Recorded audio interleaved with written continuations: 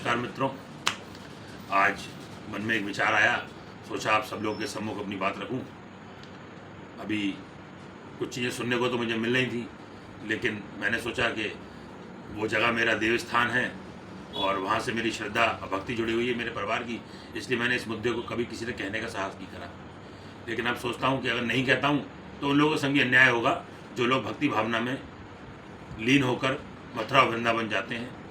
वृंदावन में मेरे संग एक हादसा हुआ। मैंने बिहारी जी के दर्शन करे और दर्शन करके जब मैं वापस आ रहा था तो मैंने एक टेम्पो वाले से कहा, मैंने कि भैया आप खाली हो क्या? बोले हाँ। मैंने उससे कहा मुझे आगे तक उतार दो, चौराहे तक कितने रुपए लोगे? तो उसने कहा 50 रुपये। तो हम लोग उसके टेम्पो में बैठ गए।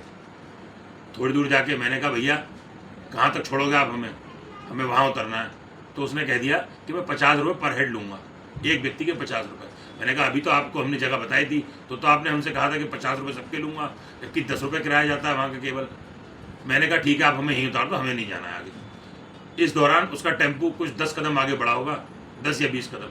हम लोग वहाँ उतर गए। हमारे उतरने के बाद वो टेम्पो वाला ज़ोर ज़ोर से चीखने लगा और बोला जा कहाँ रहे हो, मुझे मेरे पैसे दो। तो मैंने कहा हम तो अभी अपने गंतव्य तक पहुँचे भी नहीं हैं और आपको पैसे किस बात के दें? फिर भी मेरी श्रीमती जी चूँकि बहुत श्रद्धालु प्रवृत्ति की हैं, उनने मुझसे कहा कि ठीक है इनको कुछ पैसे दे दीजिए। तो मैंने उसको 50 रुपये आगे बढ़ाए। बोला 50 रुपये नहीं लूँगा, मुझे 50 रुपये प्रति व्यक्ति के हिसाब से चाहिए। हम 5 लोग थे, पाँचों के 50-50 रुपये के हिसाब से मांग रहा था, जो हर तरीके से अनुचित था।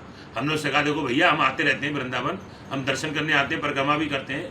हमने कि हमें इस तरीके से आप मत करो, हमें अनजान मत समझो आप। हमने 10 रुपये पर हेड जाता है, फिर भी हम गए भी नहीं है तब भी हम आपको 50 रुपये दे रहे हैं। लेकिन इतने पर भी वो व्यक्ति वाद विवाद करने को तैयार हो गया और बोला जिसे चाहे उसे बुला लो, चाहे पुलिस बुलवा लो, चाहे किसी को बुला लो, तुम पैसे दे के जाओगे वरना मैं तुम्हें यहाँ से जाने नहीं दूंगा। उसने एक पूरा वहाँ पे तमाशा खड़ा कर दिया।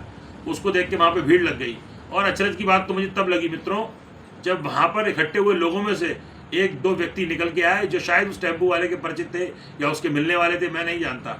उन्होंने हमसे कहा कि आप 10,000 रुपये खर्च करके तीर्थयाम यात्रा पे आए हुए हो, अगर आप इसे 200-400 रुपये इसे दे दोगे तो आपको क्या घट जाएगा? यहाँ बात 200-400 रुपये की नहीं है मित्रों, यहाँ बात है सीधे सीधे दबंगई की, सीधे सीधे अपनी बात हम पर थोपने की। हम भारतवर्ष में जाते हैं तीर्थ यात्रा करने के लिए, वृंदावन से सबकी भावनाएं जुड़ी हैं। यहाँ पे सैकड़ों श्रद्धालु आते हैं, लेकिन यहाँ के टेम्पो वाले, यहाँ के लोग जो लुटेरी मानसिकता के हैं, वह हम लोगों की भक्ति का नाजायज फ़ायदा उठाना चाहते हैं।